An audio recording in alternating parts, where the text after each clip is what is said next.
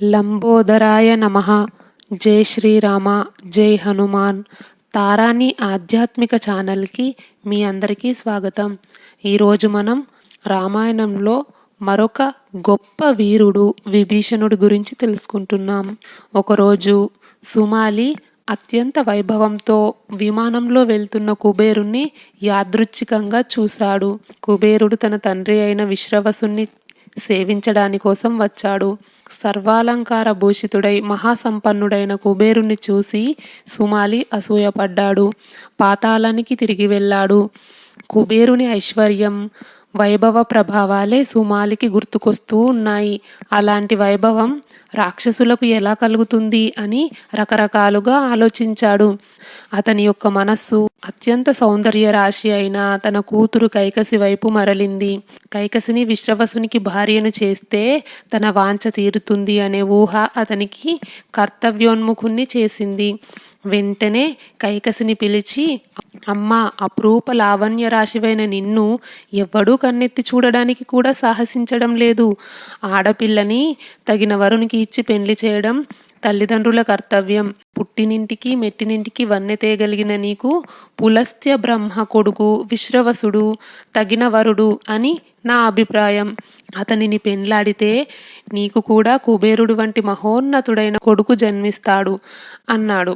కైకసి తన తండ్రి మాటలను విని విశ్రవసుని ఆశ్రమానికి వెళ్ళింది. అసుర సంధ్య వేళ విశ్రవసుడు అగ్నికార్యాలు చేస్తున్నప్పుడు అతని దగ్గరికి వెళ్ళింది. సిగ్గుతో తల వంచి కాలి బొటన వ్రేలితో నేలను రాస్తూ నిలుచుంది. విశ్రవసుడు ఆమె యొక్క సిగ్గును, వినయాన్ని, చేష్టలను చూసి ఆమె యొక్క ఆంతర్యాన్ని ఊహించాడు. ఆమె వివరాలను కూడా అడిగాడు. ఆమె తన పేరు కైకసి అని, తన తండ్రి సుమాలి ఆజ్ఞను అనుసరించి నిన్ను సేవించడానికి వచ్చాను అని తెలిపింది. సంతానం కావాలని తన కోరికను కూడా అడిగింది. విశ్రవసుడు ఆమె యొక్క మనస్సును తెలుసుకున్నాడు. సంతానాన్ని కోరి అసుర సంధ్య వేళ వచ్చావు, అందువల్ల నీకు క్రూర కర్మలు, మహాభయంకరులైన దుష్ట స్వభావులు పుడతారు అన్నాడు. దుష్టాత్ములైన కొడుకులను నేను పొందలేను, నన్ను అనుగ్రహించండి అని కోరింది కైకసి. విశ్రవసుడు దయతలిచి, నీ చిన్న కుమారుడు ధర్మపరుడు, సాధు స్వభావుడు అవుతాడు అన్నాడు. తర్వాత కైకసి గర్భవతి అయ్యింది. నల్ల మబ్బు రంగు శరీరంతో, 10 తలలతో, 20 చేతులతో, ఎర్రని పెదాలతో, భయంకరమైన కోరలతో భయంకర రూపుడైన రాక్షసుడు పుట్టాడు. అతడు పుట్టగానే భయంకరమైన ఉత్పాతాలు కలిగాయి. విశ్రవసుడు అతనికి దశకంఠుడు అని నామకరణం చేశాడు. తర్వాత పర్వతాకారుడు పుట్టాడు. అతనికి కుంభకర్ణుడు అని నామకరణం చేశాడు.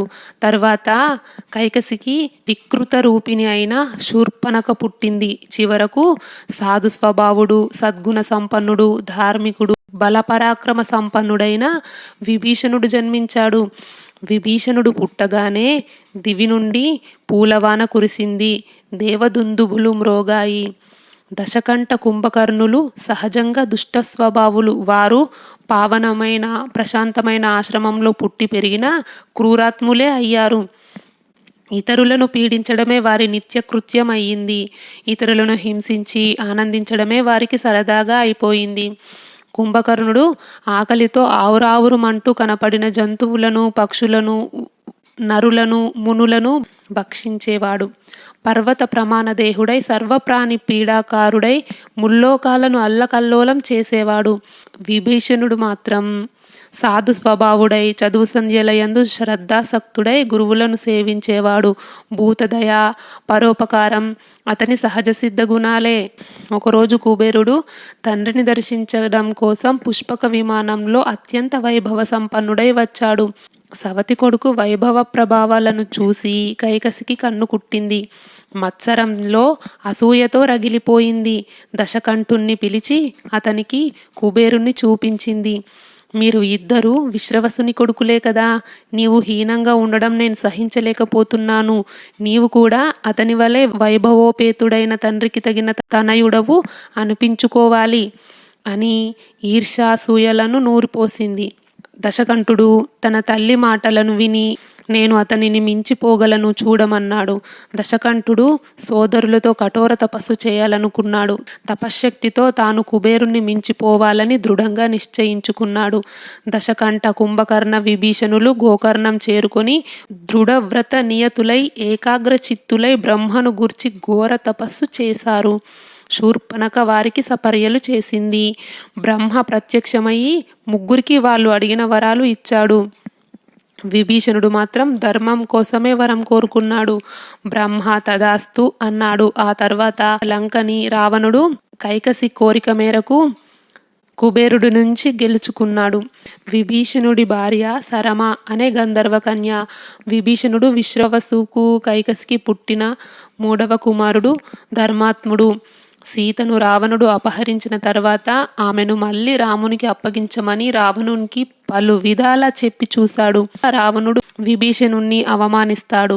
విభీషణుడు రాముని వద్దకు వెళ్ళి శరణు వేడుకుంటాడు. రావణ యుద్ధంలో రాముడికి ఎంతో సహాయం చేస్తాడు. రావణుడి తర్వాత లంకా సామ్రాజ్యానికి విభీషణుడే రాజయ్యాడు. రామనామం ఎప్పటి వరకు ఈ భూమి మీద ఉంటుందో అప్పటి వరకు నీవు చిరంజీవిగా ఉంటావు అని వరమిస్తాడు. శ్రీరంగంలోని శ్రీరంగనాథస్వామి ఆలయ స్థల పురాణంలో విభీషణుడి ప్రస్తావన ఉంది. ఈ పురాణం ప్రకారం శ్రీరాముని పట్టాభిషేక సమయంలో అక్కడికి వచ్చిన విభీషణుడికి శ్రీరాముడు విమాన విగ్రహాన్ని బహుమానంగా ఇస్తాడు. దాన్ని తీసుకొని తన లంక సామ్రాజ్యంలో ప్రతిష్ఠించుకోవాలనుకుంటాడు. దారి మధ్యలో విశ్రాంతి కోసం ఆ విగ్రహాన్ని కావేరీ నది గట్టున ఉంచి పూజలు నిర్వహిస్తాడు. కానీ దాన్ని లేపి తీసుకువెళ్ళడానికి సాధ్యపడదు. అప్పుడు శ్రీ మహావిష్ణువు విభీషణుడికి కలలో కనబడి, నేను ఈ ప్రదేశంలోనే కొలువై ఉంటానని, నీవు ప్రతిరోజు రాత్రి ఇక్కడికే వచ్చి పూజ చేసుకోవచ్చునని చెప్తాడు. అప్పటి నుంచి ఆ ప్రదేశం శ్రీరంగంగా ప్రసిద్ధి చెందింది. ఈ వీడియో నచ్చితే లైక్ చేయండి, షేర్ చేయండి. తారాని ఆధ్యాత్మిక ఛానల్ని సబ్స్క్రైబ్ చేయండి. బెల్ ఐకాన్ గుర్తుపై క్లిక్ చేయండి. ఇంతవరకు ఈ వీడియో చూసినందుకు మీ అందరికీ ధన్యవాదాలు. లోకా సమస్త సుఖినో భవంతు. కృష్ణార్పణం.